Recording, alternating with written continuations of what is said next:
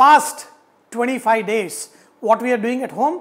Just cooking and eating. But we do something amazing.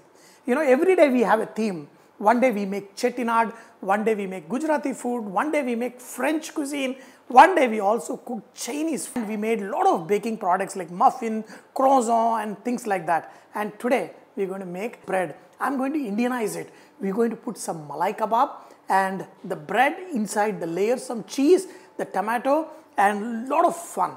And this is going to be absolutely tasty. So first thing is we need, to make the bread dough. So whenever you make the bread dough, make sure the water is nice and warm. In this, add sugar. Making bread dough is the most simplest thing. What I mean to say is, once you know how to make the bread dough, you can make pizzas, you can make a lot of other things. So the sugar is there. In this, add yeast. And whenever you're making a bread dough for around 3 cups of flour, I usually add 6-7 grams of yeast, and first let it mix well. But I want my homemade bread to be super tasty, so I add 1 egg. Take flour. In this, add salt. This mixture. Isn't this easy? But make sure that the mixture is nice and warm. Add to this. Make it into a soft, sticky dough. That's when your bread will be super nice. Knead the dough as much as you can and mix it so much that this will start stretching. Then I add little more flour and I'm going to rest it for at least 1 hour so that it ferments well and it doubles and triples in size. Then we're going to punch it back. I've done it earlier in a steel vessel and look at the quantity. I put it like for almost 1.5 hours. What we do is we call punching. We're going to just knead it a little bit, not too much. Just make sure that the entire air is gone. And we're going to rest it for another 20-30 minutes. Look at these balls. Definitely not mine. They are Kubani because later in the day, I got to please the Queen Victoria. I'm going to make Kubani ka meetha. But for now, this is the malai kebab mixture. This is going to go on top of this bread. And along with that, we have these dried tomatoes. I've got cheese. I've got mixed herbs. This is spiced one. In this, onions, tomatoes, and also you can add some mint chutney. You can add some tomato sauce, but I've got a little bit of tomato ketchup, and of course garlic. So garlic, crushed garlic. So once you have this crushed garlic, now we're going to take a pan. The dough we're going to divide into 2 sheets, and then I'm going to show you how to do this.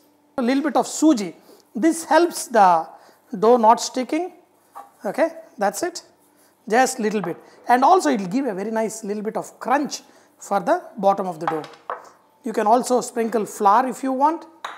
And another thing I love is just a little bit of salt. If you want, just add few pieces of garlic. Now the dough is divided into 2 portions here. So all you do is just take the bread and make it thin. Now take the sheet and put it. Now look at this, how I made this into a nice single layer. Add some cheese. Tomato sauce, I'm just going to add a little bit of tomato ketchup instead. Mint chutney. So I've got some mint chutney. So that will give a very nice taste. Dried tomatoes.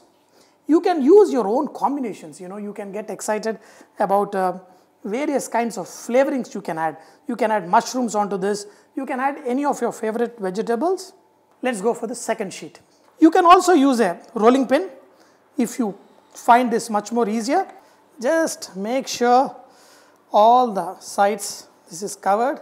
So a little bit of seasoning herbs. This is the murg malai kebab. Do zigzag so you can cover the entire pan. Evenly we're going to spread. So the cheese will melt and it will make this bread super tasty.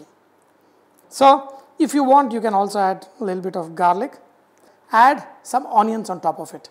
You have seen what I did. My wife comes she adds some more tomatoes on top and she's telling me to add green chilies. You know, not every time things will be under your taste bud and your control. You have to listen to her.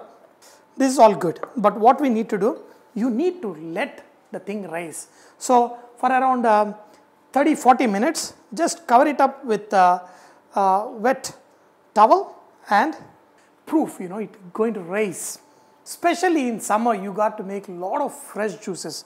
Even if the mango is not really sweet, you can make amazing drinks. So here is, you know, the mangoes. So I'm going to squeeze out all the juice out and sugar, little bit of salt, add a little bit of jeera.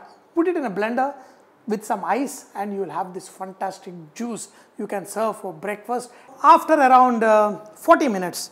So you're going to remove, we're going to put in the oven 220 degrees centigrade and we're going to bake it for like 20-25 minutes. Hey Queen Victoria, come here. Okay, what I am doing for you, tell me. What I am doing for you? Something for No, not that, the recipe. Focaccia. Okay. I am not the pervert guy. You know, even I can't pronounce it right. It is focaccia bread, but with lot of Indian flavors in it. Almost 25 minutes of baking. Little bit of olive oil. Easily, carefully, and saying, come on, come and eat me, eat me. Okay, look at this.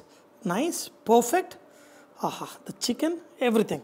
Along with this, we got to serve the Indian mango juice. So, beautiful. Let's serve the queen. Take a bite.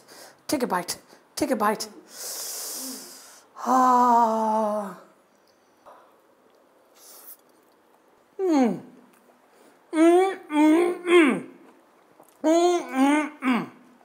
Just awesome.